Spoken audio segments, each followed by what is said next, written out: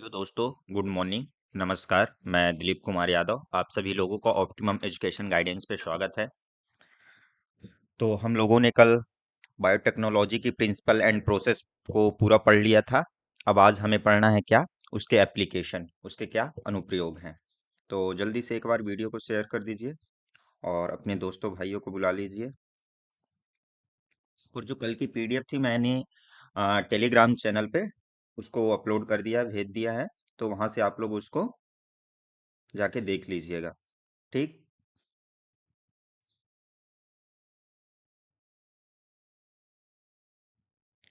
तो अपन को पढ़ना है क्या, बायोटेक्नोलॉजी के एप्लीकेशंस कि उसके क्या अनुप्रयोग हैं।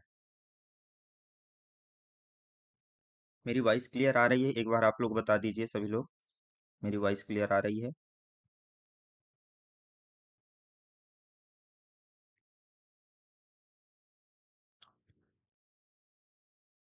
मेरी वॉइस क्लियर आ रही है आप लोगों तक? चलो ठीक, आ रही है। तो अभी कल किसी को कुछ डाउट?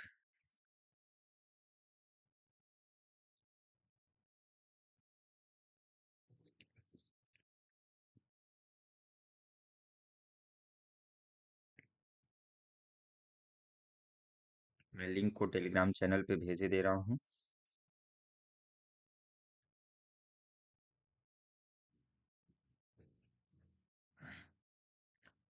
तो चलिए अब स्टार्ट करते हैं कि जो इसके एप्लीकेशंस क्या हैं, बायोटेक्नोलॉजी के एप्लीकेशंस क्या क्या हैं। ठीक। तो जो बायोटेक्नोलॉजी के अगर हम एप्लीकेशंस की बात करें, अनुप्रयोग की, तो उसमें उसका हम कहाँ कहाँ उपयोग करते हैं। तो जैसे थेरेपिटीज में, चिकित्सीय क्षेत्र में करते हैं हम। कहाँ? चिकित्सीय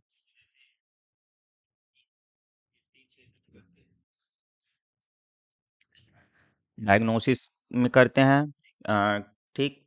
किसी की किसी डिसीज हो गई, बीमारी हो गई, या किसी का यानी कुछ भी पता लगाना है तो उसके डायग्नोस के लिए हम करते हैं। ठीक। बायोरिमेडिएशन में करते हैं। Genetically modified crops for agriculture, इसके लिए भी करते हैं। और वेस्ट ट्रीटमेंट के लिए भी यूज किया जाता है। और processed food and energy production के लिए। तो अपन बायोटेक्नोलॉजी को कहाँ कहाँ करते हैं? चिकित्सीय क्षेत्र में करते हैं। किसी बीमारी का डायग्नोस करना हो या कुछ करना हो, पता लगाना हो किसके कॉज की वजह से हुआ है, तो डायग्नोस करने के लिए बायोरिमेडिएशन में करते हैं। जेनेटिकली मॉडिफाइड क्रॉप्स बनाने में, एग्रीकल्चर में। और जेनेटिकली मेडिसिन्स बनाने में भी हम इसका यूज करते हैं। वेस्ट ट्रीटमेंट में भी इसका उपयोग किया जाता है। और processed food and energy production में करते हैं। ठीक। तो अब अपन कहाँ क्या क्या पढ़ेंगे, तो सबसे पहले अपने पढ़ेंगे बायोटेक्नोलॉजी एप्लीकेशन इन एग्रीकल्चर। तो एग्रीकल्चर में उसका क्या क्या यूज है। ठीक।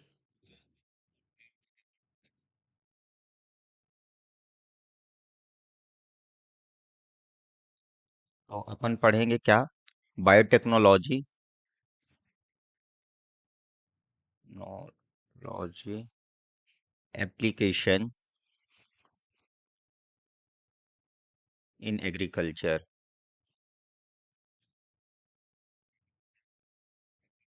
कृषि विज्ञान में जो बायोटेक्नोलॉजी का है, उसका क्या महत्व है, क्या उसका योगदान है, ये अपन उस पे अनुप्रयोग पे देखेंगे, है ना। गुड मॉर्निंग मयंक जी। और इसके बाद हम मेडिसिनल यूज में देखेंगे कि मेडिसिनल यूज में बायोटेक्नोलॉजी का क्या रोल है। ठीक। फिर इसके बाद क्या पढ़ेंगे, बायोटेक्नोलॉजी एप्लीकेशन इन मेडिसिन, चिकित्सीय क्षेत्र में इसका क्या है। ठीक। तो अपने को एग्रीकल्चर और मेडिसिन पे, फिर उसके बाद अपन बायोपेटेंट, बायोपेटेंट क्या होता है और बायोपायरेसी क्या होती है। ठीक। बायोपायरेसी। तो सबसे पहले अपन पढ़ते क्या है, बायोटेक्नोलॉजी एप्लीकेशन इन एग्रीकल्चर में, तो एग्रीकल्चर में बायोटेक्नोलॉजी का क्या रोल है। ठीक, तो सबसे पहला क्या है, जेनेटिकली मॉडिफाइड क्रॉप्स। तो जेनेटिकली मॉडिफाइड क्रॉप्स क्या होता है कि जब यानी कोई क्रॉप है, कोई पौधा है, तो उसमें क्रॉप में हम क्या कर दें, एक्सप्रेस कर दें, क्या ट्रांसजीन एक्सप्रेस कर दें। मतलब कोई फॉरेन ट्रांसजीन बोले या कि हम कोई फॉरेन जीन जो है उसको हम क्रॉप में पौधे में इंसर्ट करा दें और उसको एक्सप्रेस करा दिया जाए, तो क्या ऐसा पौधा क्या कहलाता है, ट्रांसजेनिक क्रॉप कहलाता है। ठीक, तो वही ट्रांसजेनिक जो क्रॉप है उसी को हम मॉडिफाइड क्रॉप्स भी बोल सकते हैं या जीएम क्रॉप्स भी बोल सकते हैं। ठीक, अब समझना कि जो ये मॉडिफाइड क्रॉप्स क्या है या अपन उसको ट्रांसजेनिक क्रॉप, तो उसी को हम जीएम क्रॉप्स भी बोलते हैं, जेनेटिकली मॉडिफाइड क्रॉप्स या जीएम क्रॉप्स, है ना। तो समझना कि ये होता क्या है कैसे। तो देखो, हमने जैसे हमने कल तो डीएनए आइसोलेट और जो जीन ऑफ इंटरेस्ट है ये सब आइसोलेशन का हमने बता दिया था, वो हम प्रिंसिपल एंड प्रोसेस पे पढ़ चुके हैं। ठीक, कि कैसे हम उसको आइसोलेट कर रहे हैं, कैसे कर रहे हैं। ठीक, तो सबसे पहले देखो अपना जो ये जीन ऑफ इंटरेस्ट था, ठीक, ये अपना क्या हुआ, जीन ऑफ इंटरेस्ट। ये अपना जीन ऑफ इंटरेस्ट है। तो जो ये जीन ऑफ इंटरेस्ट है इसको क्या करेंगे, अब हम किसी क्रॉप में इंसर्ट कर देंगे। ठीक, या किसी पौधे में इंसर्ट करा दिए, इंट्रोड्यूस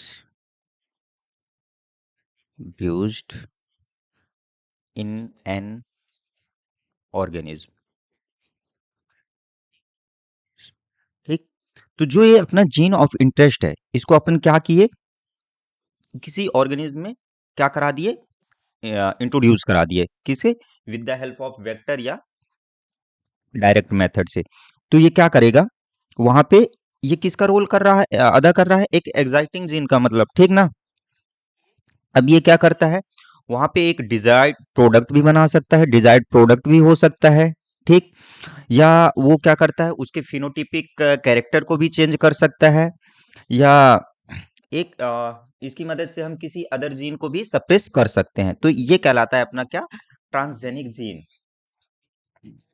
ये कहलाता है अपना genetically modified crops, GM crops. ठीक, ये क्या क्या क्या क्या कर, तो ये हो सकता है, can be the desired product, desired product, या कि फिर ये एक specific specific phenotype, phenotype is obtained,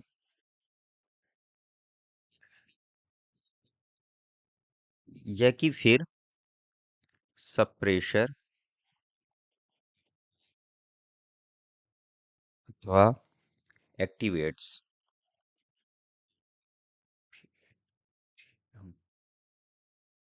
activates another gene, another gene. तो ये हुआ क्या, जेनेटिकली जो मॉडिफाइड क्रॉप्स था उसका रोल। तो अब पढ़ते हैं कि उसका यूज क्या क्या है, हम उसका यूज कहाँ कहाँ उसका उपयोगिता है जेनेटिकली मॉडिफाइड्स की। ठीक, जो प्लांट्स है, क्रॉप्स है, तो the two enhance nutritional quality of food, यानी कि उसकी जो न्यूट्रिशनल क्वालिटी है उसको इनहेंस कर देता है। ठीक, जैसे गोल्डन राइस बनाया गया है जिसमें विटामिन ए की बहुत ज़्यादा रिच मात्रा होती है। ठीक, यानी कि विटामिन ए बहुत ज़्यादा मिलता है इसमें। ठीक, इसमें कौन सा जीन डाला जाता है, तो बीटा कैरोटीन ट्रांसफर किया गया है राइस में। कौन सा, बीटा कैरोटीन।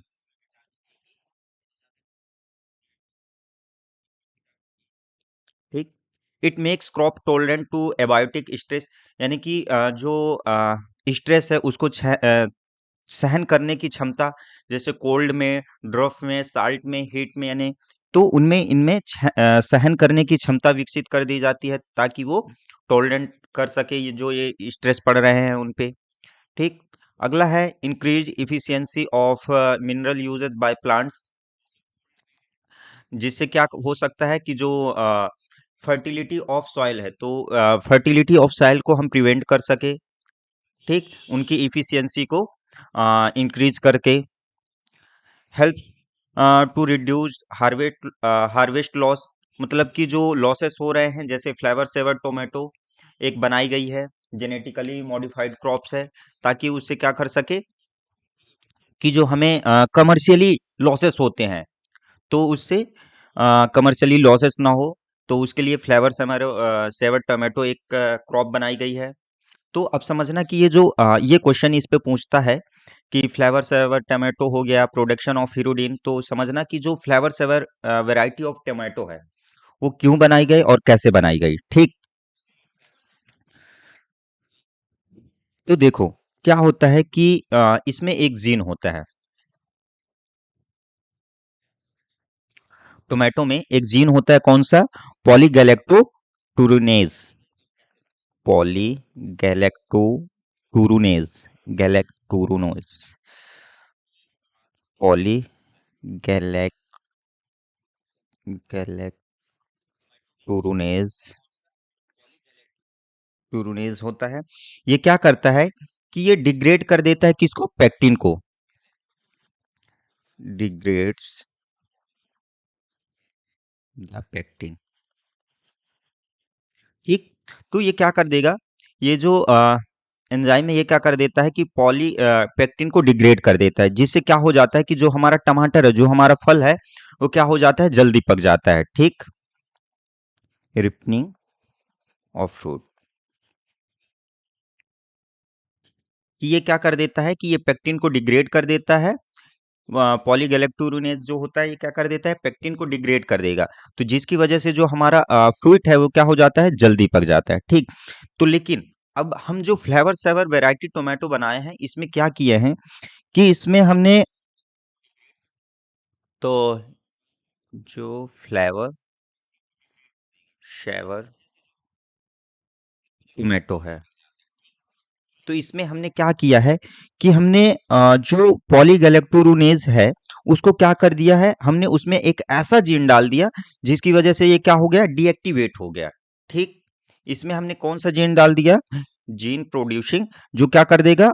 एक ऐसा जीन को डाल दिया जो कि पॉलीगैलेक्टोरुनेज को डीएक्टिवेट कर दिया, ठीक। जीन प्रोड्यूसिंग, हमने इसमें एक ऐसा जीन प्रोड्यूस कर दिया है जो क्या कर दे रहा है? पॉलीगैलेक्टोरुनेज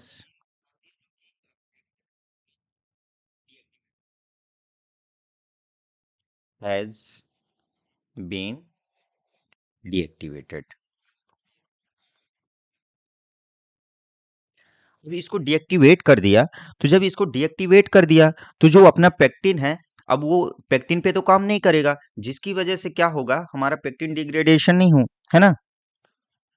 अब ये हमारा पेक्टिन रहा आएगा, तो ये क्या करेगा? जो रिपनिंग है, जो फल को पकने की वो है, ये क्या हो जाएगी? अब डिले हो जाएगी, ठीक। तो इससे जो हमारा फल है, जो टोमेटो है, वो क्या हो जाएगा? देर में पकेगा, ठीक। और उसमें जो सॉफ्टनेस आ जा रही थी, वो खत्म हो जाएगी, और ये ज्यादा दिनों तक ताजा बना रहेगा। क्यों? क्योंकि अगर हम, जैसे फल ऐसा हो गया, जैसे टमाटर ऐसा है कि हमने उसको खेत से तोड़ा और सीधे सब्जी मंडी तक पहुंचाया, और उसको 1 से 2 दिन तक में बिक जाना चाहिए, ठीक। नहीं तो क्या हो जाएगा? खराब हो जाएगा। लेकिन हम उनमें क्या कर दिए कि एक ऐसी वैरायटी बना दी कि जो उसको पकाएगा काफी दिनों बाद। अगर वो नहीं भी बिक रहा है, तो क्या कर देगा कि इसको काफी दिनों बाद तक पकाए, यानी उसकी रिपनिंग जो है वो डिले कर दी गई, जिससे उनमें क्या है कि वो ज्यादा दिनों तक फ्रेश बना रहता है। तो एक ये हुआ, और एक है to produce biopharmaceutical product, तो प्रोडक्शन ऑफ हीरोडिन, तो इस पे भी काफी क्वेश्चन पूछते हैं कि प्रोडक्शन ऑफ हीरोडिन, तो हीरोडिन को कैसे वो किया गया, बनाया गया है, तो देखना, प्रोडक्शन ऑफ हीरोडिन। तो जो हीरोडिन होता है, ये क्या होता है? एक नेचुरल एंटीकोआगुलेंट होता है, ठीक। Natural anti coagulant. ठीक। तो जो ये हीरोडीन होता है, ये करता क्या है कि जो ब्लड क्लॉटिंग होती है, रक्त का थक्का जमना, तो उसको प्रिवेंट करता है, उससे बचाता है, ब्लड क्लॉटिंग से बचाता है। ठीक। तो हीरोडीन कैसा प्रोटीन है? तो एक यानी कि एक ऐसा प्रोटीन है जो ब्लड क्लॉटिंग से हमें बचाता है। इसको मैं लिख दूं क्या? हीरोडीन, हीरोडीन is a protein, is a protein that prevents blood clotting।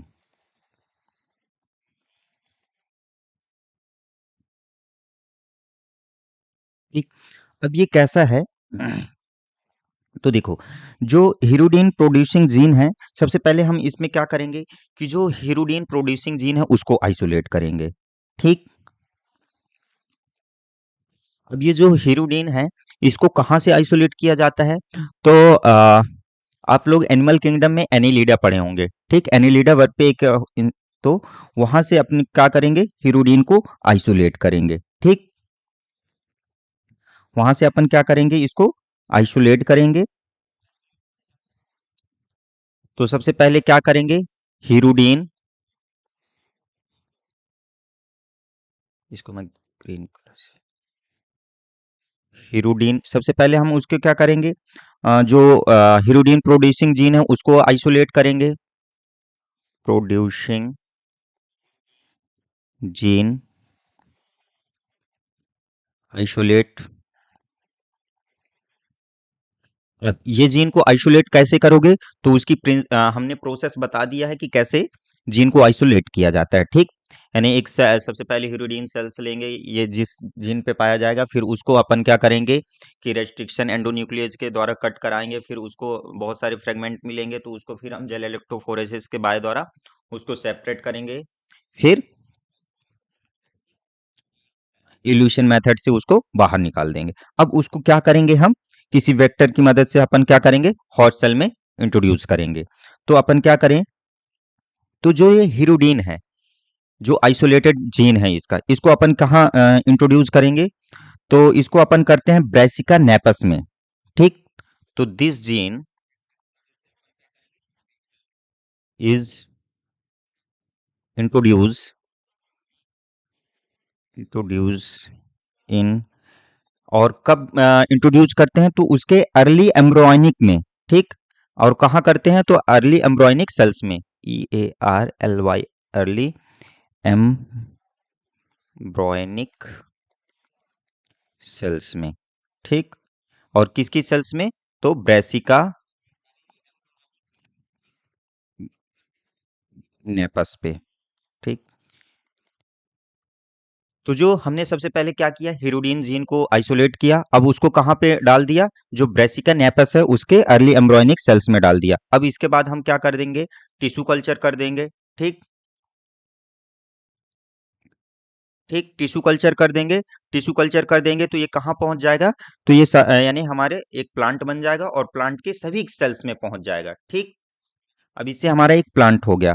अब जो ये क्या करेगा, जो ये प्लांट है, तो प्लांट के जो सीड्स होते हैं, तो उस पे अपने को क्या मिलेगा, जो प्लांट का सीड्स होगा उससे हमें हीरोडीन मिलेगा। ठीक। तो हीरोडीन एक्यूमुलेट्स इन द सीड्स। तो अब हमको हीरोडीन कहाँ से मिल रहा है? डायरेक्ट हमें एक पौधे के बीज से मिल रहा है हीरोडीन। ठीक। अभी हमको इस पे बहुत लंबी प्रोसेस थी कि हमें एनिलिडा वो एक था जीव था, उससे हमको जीन आइसोलेट करना पड़ रहा था।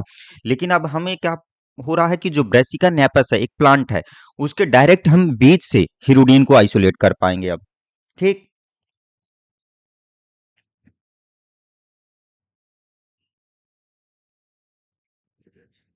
तो समझ में आ गया? किसी को यहाँ पे कोई दिक्कत? तो यहाँ पे एक क्वेश्चन बन सकता है कि जो हीरोडीन है वो कहाँ से आइसोलेट किया जाता है? तो एक एनिलिडा वर्ग का जंतु है वहां से। और उसको कहाँ इंसर्ट किया जाता है? तो ब्रेसिका नेपस में किया जाता है। और उसके किस पे कहाँ से मिलता है? तो उसके सीड से, बीज से हमें मिलता है। ठीक। ये दो तीन क्वेश्चन हमें हो सकते हैं। ठीक। तो प्रोडक्शन ऑफ हिरुडिन हो गया। और एक और है कि जो टू प्रोड्यूस हेरिसाइड रेजिस्टेंस प्लांट, तो ये फर्स्ट ट्रांसजेनिक प्लांट था जो कि टोबैको का बनाया गया था। ये वेडिसाइड जो अपन खरपतवार होते हैं उनके उनके अगेंस्ट बनाया गया था। ठीक। अगला है रेसिस्टेंट क्रॉप्स। क्या है? पेस्टिसाइड होगा। हाँ, पेस्ट रेजिस्टेंट क्रॉप है, तो जिसको बीटी कॉटन को बनाया गया है। ये बीटी कॉटन से भी क्वेश्चन बहुत बार पूछा गया है, तो बीटी कॉटन को भी समझना कि जो बीटी कॉटन कैसे बनाया गया है और कहाँ से। और बीटी कॉटन का आखिर सबसे पहले अपन मोटिव समझते हैं कि सबसे पहले इसको बनाया क्यों गया। ठीक। आखिर बीटी कॉटन क्यों बनाया गया? तो देखो, जो हमारा कॉटन प्लांट्स था, कौन? Cotton plants. ठीक। जो हमारा सिंपल कॉटन प्लांट्स था, तो उसमें क्या करते थे कि जो इंसेक्ट थे, तो क्या कर देते थे? इन्फेक्ट कर देते थे, इन्फेक्टेड करते थे। कौन से? तो कॉटन बॉल वॉर्म्स इन्फेक्टेड। ये किससे इन्फेक्ट हो जाता था? Infected by cotton ball worms. ठीक। ये जो कॉटन पे इन्फेक्ट करते हैं उस कीट का नाम है। ठीक। ये क्या होते हैं? इंसेक्ट होते हैं।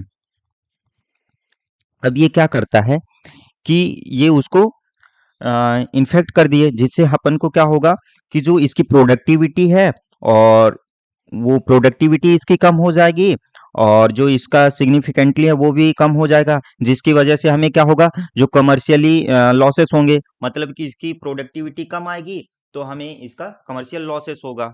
ठीक। ये क्या कर देता रहा? उसकी प्रोडक्टिविटी प्रोडक्टिविटी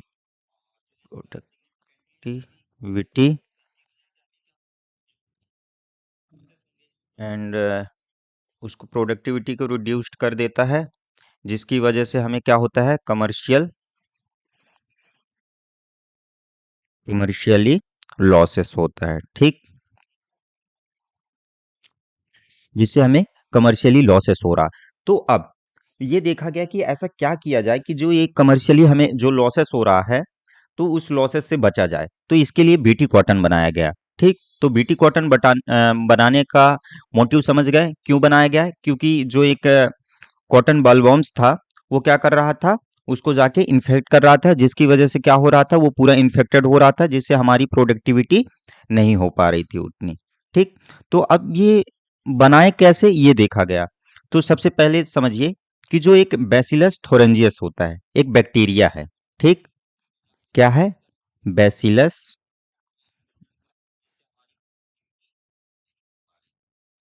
थोरेंजियस।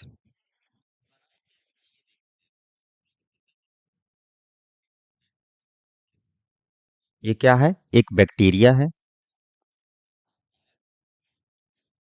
ठीक।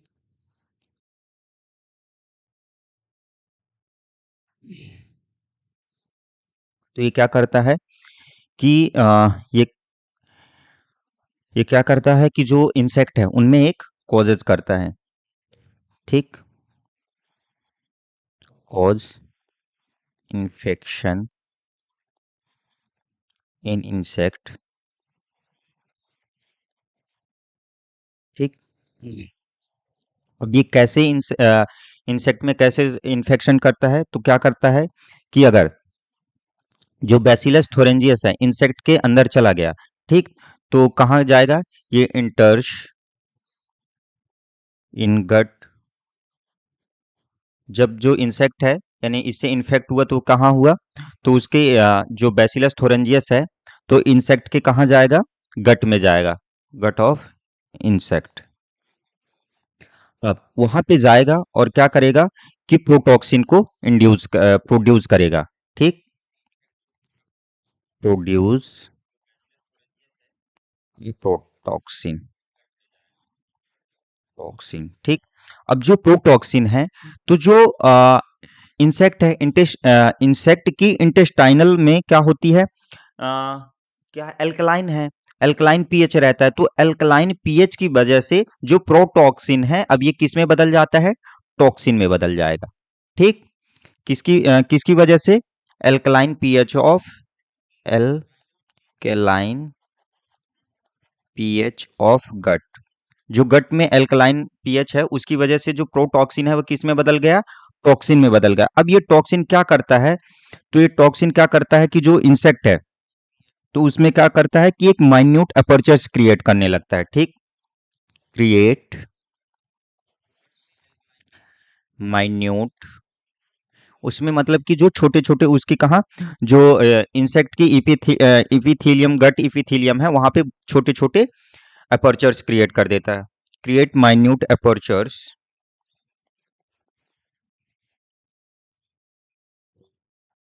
इन गट इपिथीलियम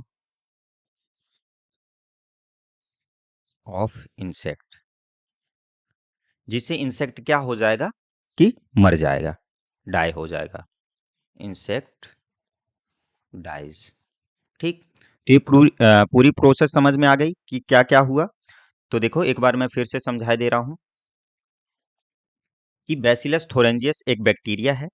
ये क्या कॉज करता है, तो ये इंसेक्ट में इन्फेक्टेड करता है, इन्फेक्शन कॉज करता है। और कैसे, ये इंटर कहाँ हुआ, उसके इंसेक्ट के गट में इंटर हुआ।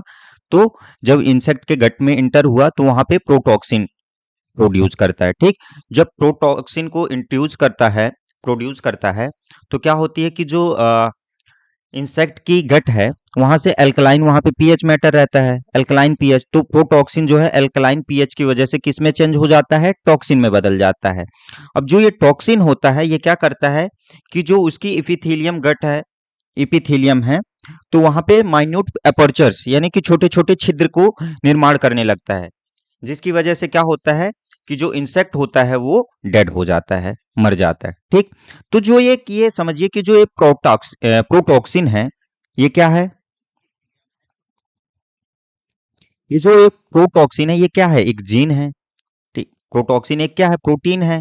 ठीक ना, प्रोटीन है तो इसके भी कुछ जीन होंगे। मतलब कि ये जो प्रोटॉक्सिन अल्टर्ड किया गया है, मतलब आइसोलेट किया गया है, वो कहाँ, यानी कि कोई जीन से ही तो होगा, तभी तो ये प्रोटॉक्सिन आया है, प्रोटीन है मतलब। ठीक ना, प्रोटॉक्सिन एक क्या है, प्रोटीन है, प्रोटीन है तो मतलब इसका कोई जीन होगा।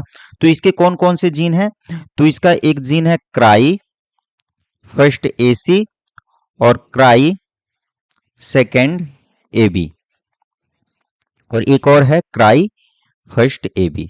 तो इसके तीन जीन होते हैं, कौन कौन से, cry first AC, cry second AB और क्राई फर्स्ट एबी। तो ये तीन जीन से मिलकर के बनता है कौन सा, प्रोटॉक्सिन। तो अब समझना कि जो बीटी कॉटन बना वो कैसे बना है। ठीक, तो अब क्या किए कि जो ये क्राइजीन थे, ठीक, ये क्राइजीन थे, ये क्राइजीन को क्या किया गया कि जो बीटी कॉटन है, कॉटन प्लांट है, उसके अर्ली एम्ब्रॉयनिक सेल्स में, ठीक,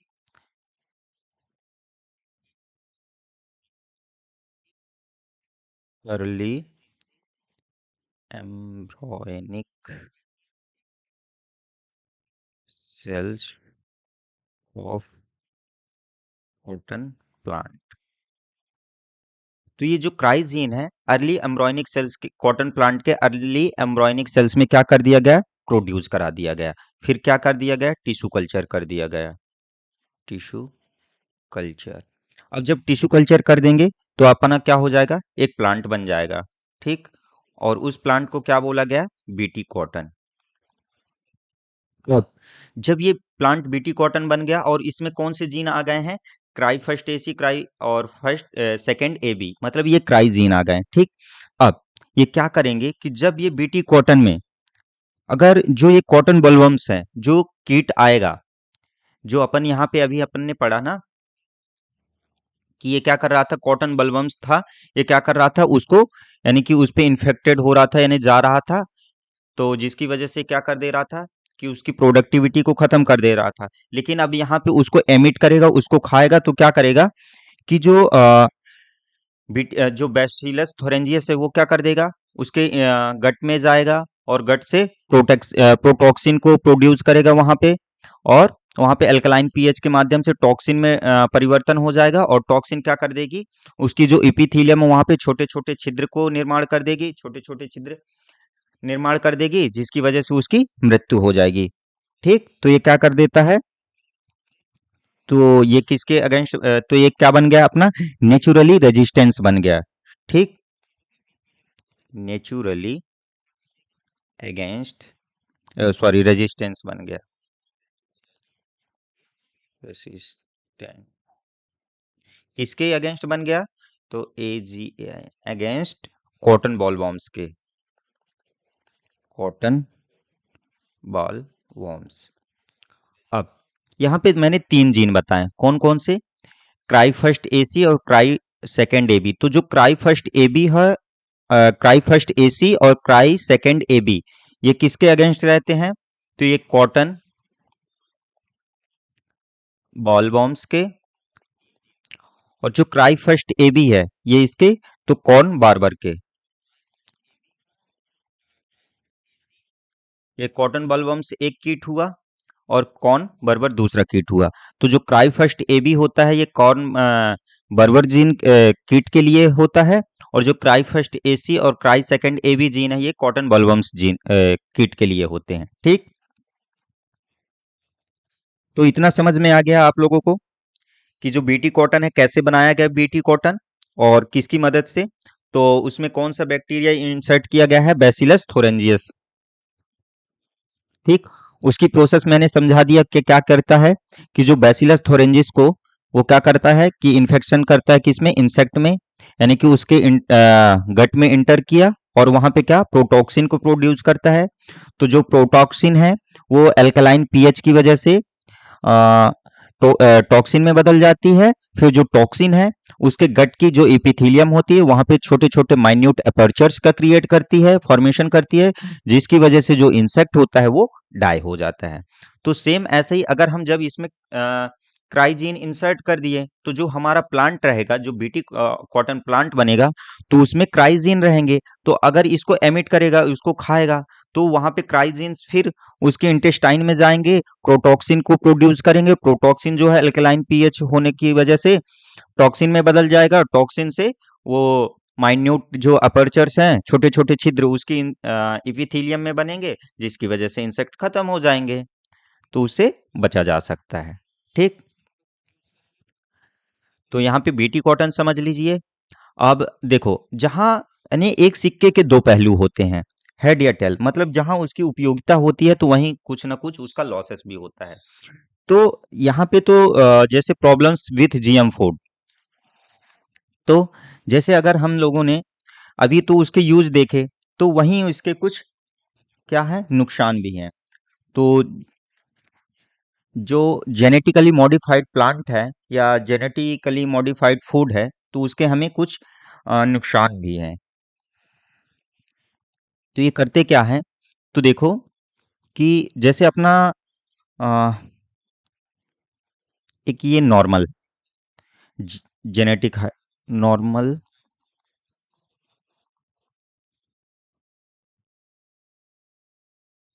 ये अपना नॉर्मल जीएम फूड है। ठीक, जेनेटिकली मॉडिफाइड फूड हुआ, ठीक, नॉर्मल है। लेकिन अगर वहीं, ओ सॉरी, ये तो नॉर्मल ही होगा ना, ये नॉर्मल प्लांट, नॉर्मल पौधा है। ठीक, इसमें कोई जेनेटिकली मॉडिफाइड नहीं किया गया है, लेकिन इसमें अपन क्या कर दिए हैं, जेनेटिकली मॉडिफाइड कर दिए हैं। ये क्या हो गया, अपना जेनेटिकली मॉडिफाइड फूड हो गया। जैसे अपन समझ लिए कि टमाटर की वेराइटी है या बीटी कॉटन की ही वेराइटी है। ठीक, अब जैसे अपन बीटी कॉटन को तो अपन नहीं खाते, ठीक, लेकिन अपन टमाटर को खा रहे हैं, तो ये अपन अपने लिए कैसे नुकसानदायक हो सकता है। जैसे अपन इसमें क्या कर दिए,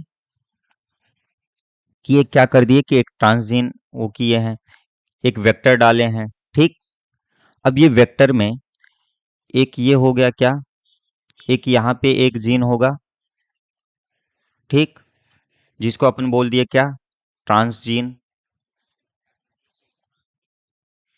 ठीक, और एक क्या अपन इंसर्ट किए हैं, एक एंटीबायोटिक रेसिस्टेंस जीन होगा। ठीक,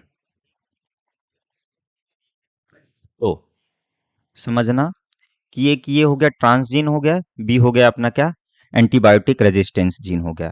अब जो ये ट्रांसजीन होगा, तो ट्रांसजीन क्या करेगा कि प्रोटीन एक्सप्रेस करेगा, प्रोटीन बनाएगा। ठीक, अब ये प्रोटीन क्या मतलब हमारे शरीर के लिए क्या कर सकता है, नुकसानदायक भी हो सकता है, फायदेमंद भी हो सकता है।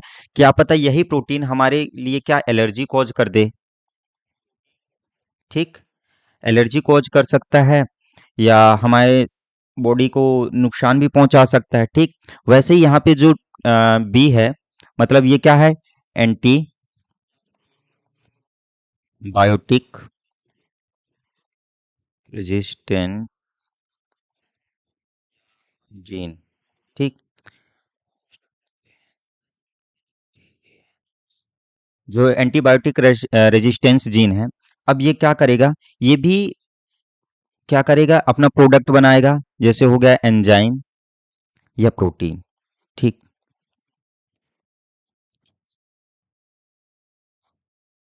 ठीक, तो देखो सबसे पहले जो अपना ट्रांसजीन था, ये क्या प्रोडक्ट बनाया, प्रोटीन। ठीक, अब ये प्रोटीन से हमें या तो एलर्जी हो सकती है या हमारे लिए नुकसानदायक हो सकता है, एक ये नुकसानदायक है। एक जो एंटीबायोटिक रेजिस्टेंस जीन है, ये भी अपना प्रोडक्ट बनाएगा, या कि एंजाइम बना रहा है या कि प्रोटीन बना दे रहा है। ठीक, तो ये भी क्या कर रहा है कि ये अभी हमारे लिए क्या पता ये भी एलर्जी कॉज कर सकता है, या कि फिर ये भी हमारे लिए नुकसानदायक हो सकता है। ठीक, तो दूसरा ये हो गया। अब ये यहाँ पे क्या है, एंटीबायोटिक रेजिस्टेंस जीन खुद है। ठीक, अब ये खुद एंटीबायोटिक रेजिस्टेंस जीन है, तो अगर ये भी हमारे लिए नुकसानदायक हो सकता है। अब ये कैसे नुकसानदायक हो सकता है, समझना कि जैसे देखो हमने ये टमाटर खाया, ये कहाँ गया, हमारे पेट में गया, वहां पे इंटेस्टाइन। अब जो हमारी इंटेस्टाइनल है, ठीक, पेट में है, क्या है, हमारे खुद के सिम्बायोटिक माइक्रोब्स है ना। ठीक, अब वो कहाँ चला गया, हमारे खुद के सिम्बायोटिक जो माइक्रोब्स है उनमें चला गया क्या, एंटीबायोटिक रेजिस्टेंस जीन। अब क्या होगा, तो फिर अगर जो एंटीबायोटिक रेजिस्टेंस जीन हमारी माइक्रोब्स में चला गया, वो भी जब हम किसी फूड को खाए और वो हमारे इंटेस्टाइनल जो में माइक्रोब्स रहते हैं, सिम्बायोटिक माइक्रोब्स, तो वो लोग भी इसको खाएंगे। ठीक, वहां से कहाँ चला जाएगा, उन पे चला जाएगा। तो क्या हम उनको फिर एंटीबायोटिक से कंट्रोल कर पाएंगे, नहीं कर सकते। क्यों, क्योंकि उनके पास खुद ये उनके पास भी पहुंच गया एंटीबायोटिक रेजिस्टेंस जीन, तो ये हमारे लिए भी नुकसानदायक होता है। तो कहीं ना कहीं जिसके फायदे हैं तो उसके कुछ नुकसान भी हैं। तो ये रहे जीएम फूड खाने के नुकसान। क्या, सबसे पहला है कि जो अगर ट्रांसजीन है, ये प्रोटीन जो है अपना प्रोडक्ट प्रोटीन बनाए, ये हमें एलर्जी कॉज कर सकता है, या हमें खाने से उसके नुकसान भी हो सकते हैं, प्रोटीन के अगर ज्यादा हो गया। एंटीबायोटिक रेजिस्टेंस, इसका खुद का प्रोडक्ट क्या है, एंजाइम और प्रोटीन, ये भी हमें एलर्जी कॉज कर सकते हैं। ठीक, और हमारी बॉडी में के लिए हार्मफुल हो सकते हैं। और जो एंटीबायोटिक रेजिस्टेंस जीन, ये खुद एंटीबायोटिक रेजिस्टेंस है, तो ये अगर हमारे माइक्रोब्स में चला गया, तो उन माइक्रोब्स में क्या होगा कि अब उन पे पहुंच जाएगा एंटीबायोटिक रेजिस्टेंस जीन, उनके पास भी हो जाएगा। तो अगर हमारे हमको कोई डिसीज हुई या कुछ हुआ, तो हम उसके लिए एंटीबायोटिक लेंगे। तो जब उसके लिए उनके पास ऑलरेडी एंटीबायोटिक रेजिस्टेंस जीन है, तो फिर जो हम एंटीबायोटिक देंगे, तो वो तो कुछ असर ही नहीं करेगी, वो कुछ काम ही नहीं करेगा। तो हमें ये नुकसान ही होगा कि हम उस पे कुछ कंट्रोल ही नहीं कर सकते। ठीक, तो ये कुछ यानी कि प्रॉब्लम्स आती हैं जीएम फूड पे, जेनेटिकली मॉडिफाइड फूड पे। ठीक, अब आगे बढ़ते हैं, अगला क्या है, बायोटेक्नोलॉजी एप्लीकेशन इन मेडिसिन। तो मेडिसिन में इसका क्या क्या रोल है, तो सबसे पहला है human growth hormone. Human growth hormone जैसे कि अपन जैसे डॉर्फिज्म हो गया या एक्रोमेगाली, ये सब चीजें होती हैं, तो उसके लिए ह्यूमन ग्रोथ हार्मोन को हम कंट्रोल पे ला सकते हैं, या उसको इंसर्ट करके उस पे डॉर्फिज्म, डॉर्फिज्म, ठीक। कोरियानिक गोनेडोट्रोपिन हार्मोन, तो जो ये कोरियोनिक गोनेडोट्रोपिन हार्मोन है, ये करता क्या है? तो जो कोरियोनिक गोनेडोट्रोपिन हार्मोन है, अ, किसका मैसेज आ रहा है, एक मिनट थोड़ा।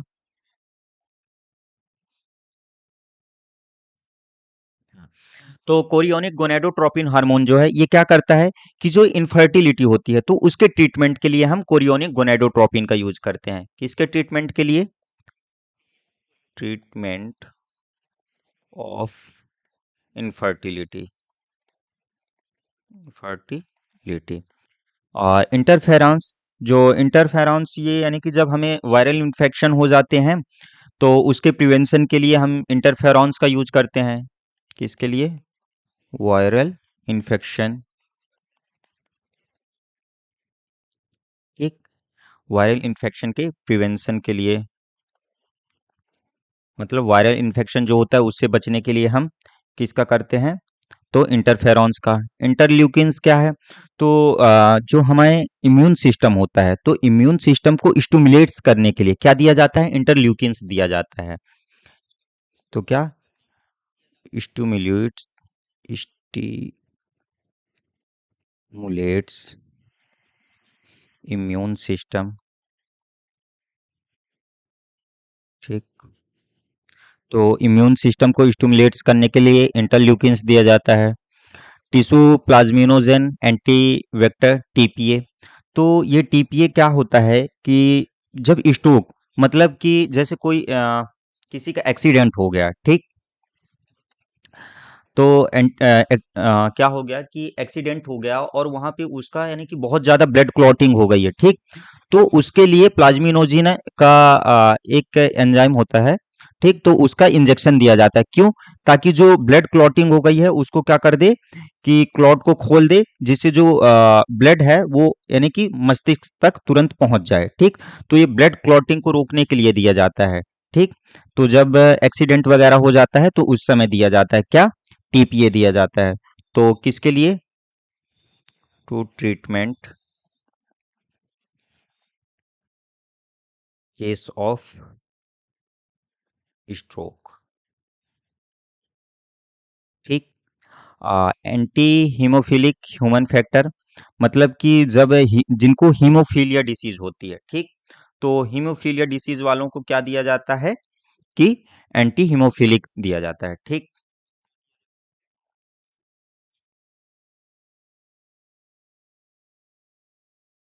इसके लिए है ये treatment of haemophilia, treatment haemophilia, HAEMO, haemophilia, ठीक। और हीमोफीलिया दो प्रकार से, एक हो गई ए और बी, ठीक। प्लेटलेट डिराइव्ड ग्रोथ फैक्टर, तो जो प्लेटलेट ग्रोथ फैक्टर होता है, इसके लिए मतलब ये क्या हो गया? PDGF जो होता है कि मतलब कि जो ये ग्रोथ को प्रोड्यूस करने के लिए हमारी बॉडी के सभी ऑर्गन्स में ग्रोथ प्रोड्यूस करने के लिए ये दिया जाता है, ठीक।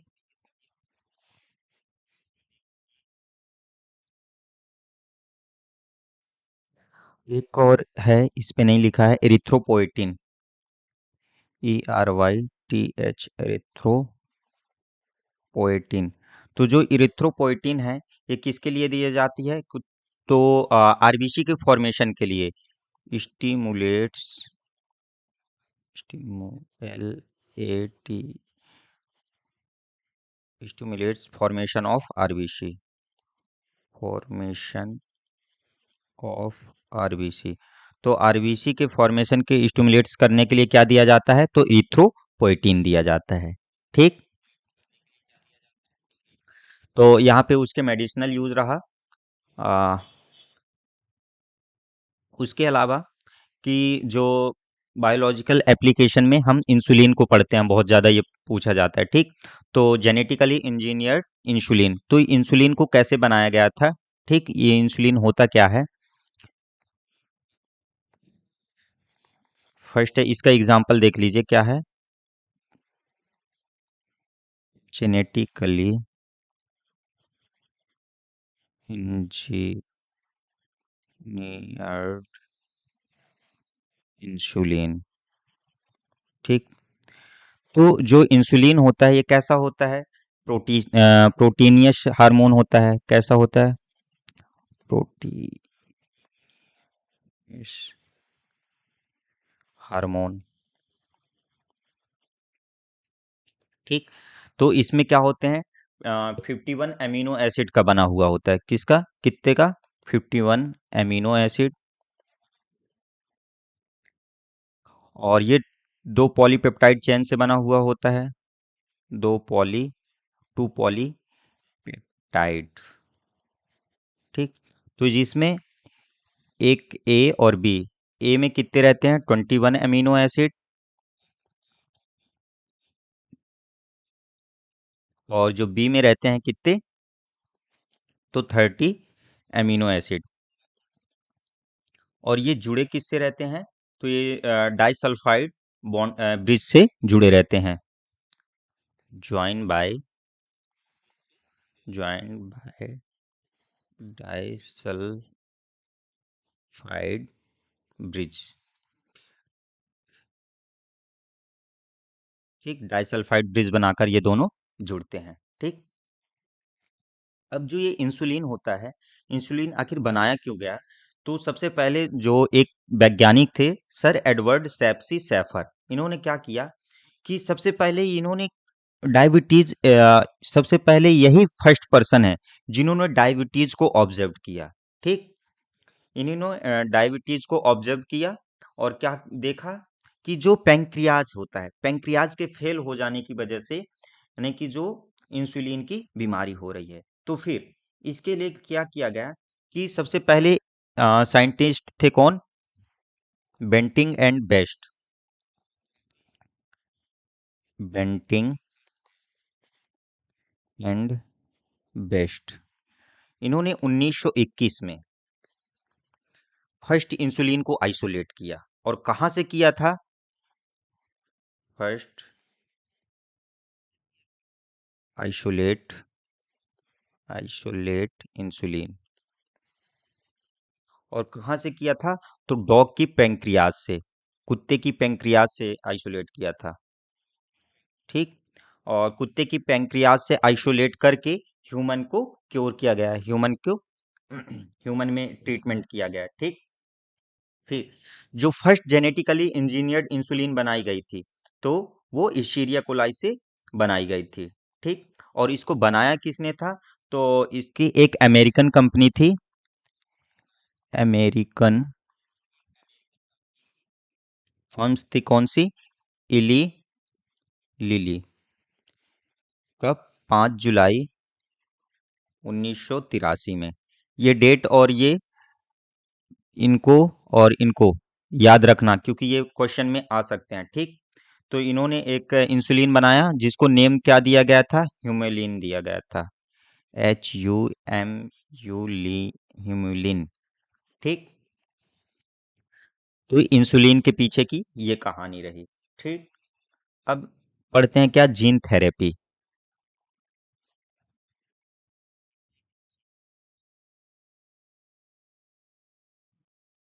जीन थेरेपी क्या होती है?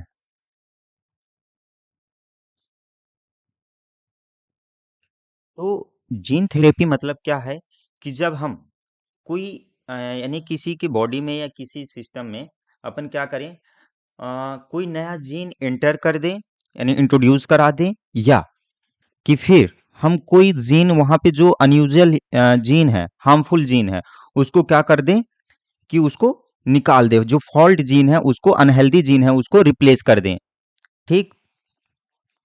और ये जीन थेरेपी है, ये एक जेनेटिक इंजीनियरिंग की टेक्निक होती है जिसके द्वारा अपन क्या कर दें कि जो अनहेल्दी जीन है या फॉल्ट जीन है उसको अपन क्या कर दें कि निकाल दें या रिप्लेस कर दें। ठीक। तो जीन थेरेपी क्या है कि technique, tech N I tech NIQU technique of genetic engineering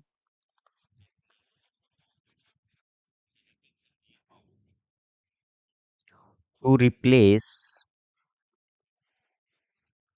a faulty gene, faulty gene with a healthy gene, healthy या फंक्शनल जीन, फंक्शनल जीन, ठीक। मतलब कि जो अनहेल्दी जीन है या जो फॉल्ट जीन है, ठीक, उसको अपन क्या कर दें, या कि बाहर निकाल दें या उसको हम रिप्लेस कर दें, ठीक। ये क्या कहलाता है, तो जीन थेरेपी कहलाता है, ठीक। अब ये जीन थेरेपी किस में यूज किया जाता है, तो जैसे एग्जांपल है SCID, मतलब severe combined immunodeficiency, severe combined immuno, IMMUNO, immunodeficiency. ये सभी कैसी हैं, तो ऑटो इम्यून डिसीज होती हैं, ठीक। और एक हो गई सिस्टिक फाइब्रोसिस, फाइब्रोसिस और मस्कुलर डिस्ट्रोफी, मस्कुलर डिस्ट्रोफी, ठीक। अब जो जीन थेरेपी है, ठीक, जीन थेरेपी को सबसे पहला जीन थेरेपी किसने दिया था, तो 1960 में, सॉरी 1990 में दिया गया था, एडीए डिफियंसी में, एडीए डिफियंसी के लिए, ठीक। तो फर्स्ट जीन थेरेपी कब दिया गया, 1990 में, ठीक। और ये जो जीन थेरेपी है किसके लिए दिया जाता है, तो जो जेनेटिक डिसीज हो या जो जेनेटिक डिसऑर्डर डिसऑर्डर हो, उनके लिए जीन थेरेपी की जाती है, ठीक। तो इसको 1990 में एक 4 इयर्स की, 4 वर्ष की गर्ल्स को दिया गया था, ठीक। और किसके लिए, तो एडिनोसिन डिएमिनेज डिफिशियंसी के लिए, ठीक। एडिनोसिन डीमे डिएमिनेज डिएमिनेज डिफिशियंसी,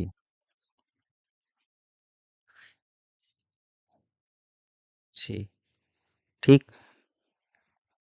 एडीए, तो ये याद रखना कि ये किसके लिए दिया गया था, तो एडीए के लिए दिया गया था, ठीक।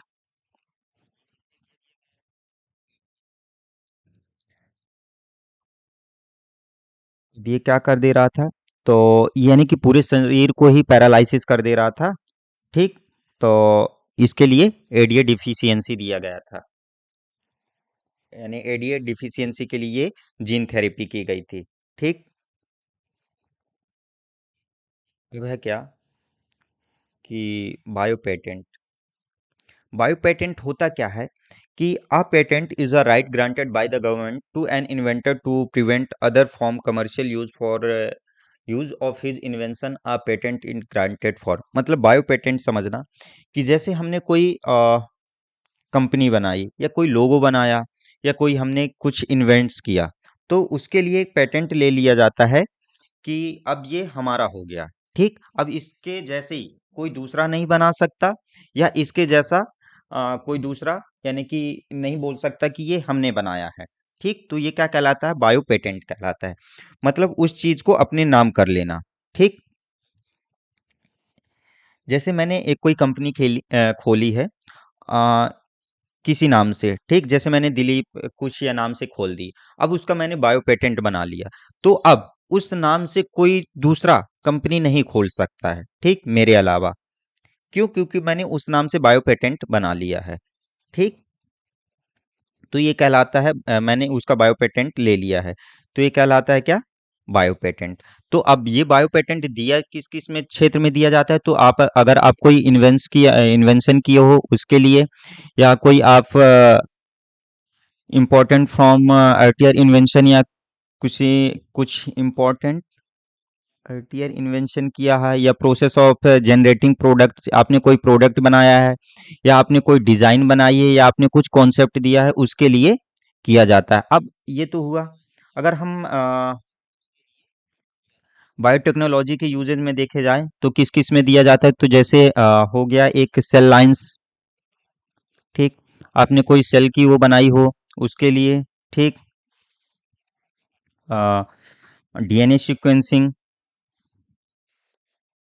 आपने कोई नया डीएनए सीक्वेंसिंग बनाई हो, सीक्वेंस, ठीक, आपने कोई नया प्रोटीन जो है इनकोड किया हो डीएनए सीक्वेंस के द्वारा, ठीक, protein encoded bye DNA sequencing, sequences, और तो इन्हीं सभी चीज़ों के लिए आपने कोई बायोटेक्नोलॉजिकल प्रोसीजर बनाई हो, कोई नया प्रोसीजर बनाया हो, इसके लिए आपको बायो पेटेंट दिया जाता है, ठीक। अभी इसके बाद है क्या, बायोपायरेसी।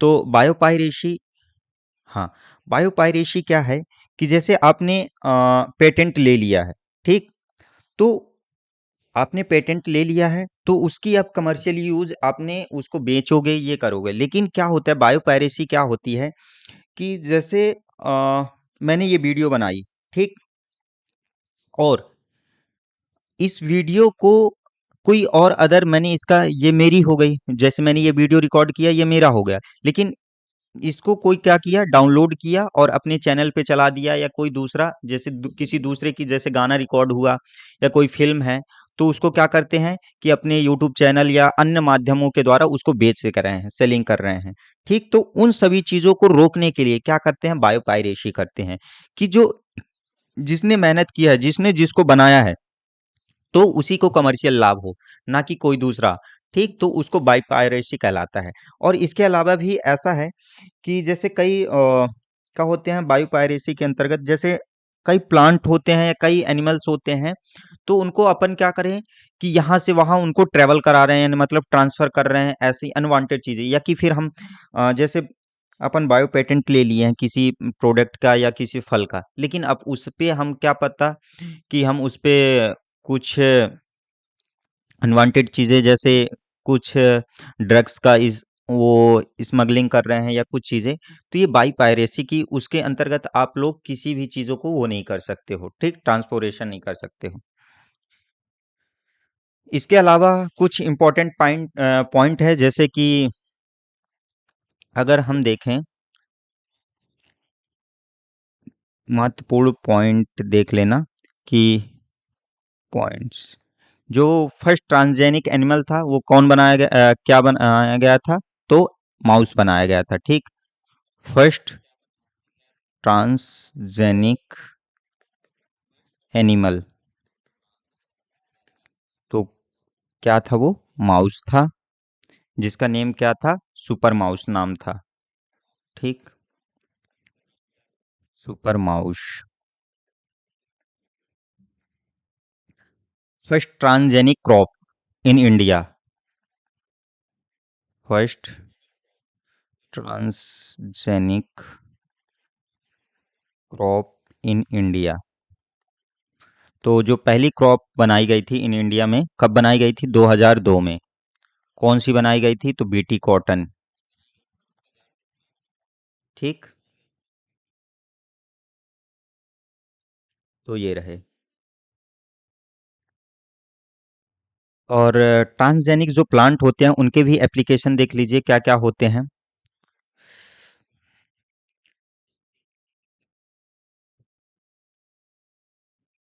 ट्रांसजेनिक्स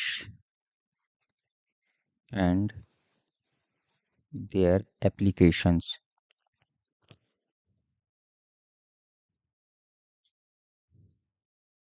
ठीक, जैसे पहला हो गया बीटी कॉटन, दूसरा हो गया क्या, फ्लेवर स्लेवर टमाटो,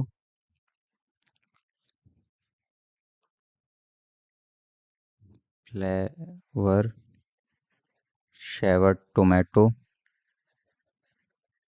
ठीक, तीसरा हो गया गोल्डन राइस। चौथा हो गया कैटल्स पिग। ठीक। तो बीटी कॉटन किसके लिए, जो ये पेस्ट रेजिस्टेंस है, ताकि उसकी यानी कि हाई यील्ड कर सकें। ठीक। पेस्ट रेजिस्टेंस एंड यानी कि जो कीट थे, इंसेक्ट थे, उनसे बचा जा सके और हाई यील्ड के लिए, यानी उत्पादन उसकी ज़्यादा हो। फ्लेवर सेवर टमाटो किसके लिए, तो डिलेड रिपनिंग, DELAYED, जो पकने को यानी देर से पकाया जाए, ripening. And better resistant quality, and better resistant quality. ठीक। गोल्डन राइस, विटामिन ए की इफिशियंसी ज़्यादा होती है इसमें, बहुत ज़्यादा मात्रा में विटामिन ए के लिए बनाया गया है। कैटल्स यानी कि जैसे इसमें काऊ हो गई, सीप हो गई और गोट, तो इनको मिल्क प्रोडक्शन को ज़्यादा करने के लिए, इन्हेंसमेंट इन मिल्क, इनहेंस यानी कि जो मिल्क है उसको बढ़ाने के लिए,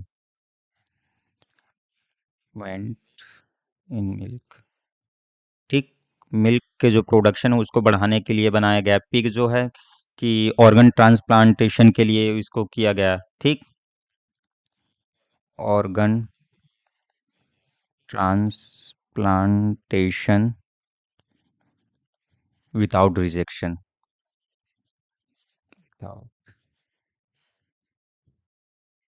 रिजेक्शन।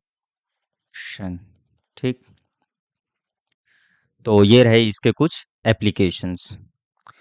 तो यहाँ पे अपना उसके एप्लीकेशंस भी, बायोटेक्नोलॉजी के एप्लीकेशन भी खत्म होते हुए। तो यहाँ तक आप लोगों को सभी को समझ में आ गया। किसी को कुछ डाउट हो तो कमेंट पे पूछ लीजिएगा। मैं उम्मीद करता हूँ कि आप लोगों को सभी को समझ में आया होगा। मिलते हैं कल। आज के लिए इतना ही। जय हिंद, जय भारत। पढ़ते रहिए, मुस्कुराते रहिए। धन्यवाद।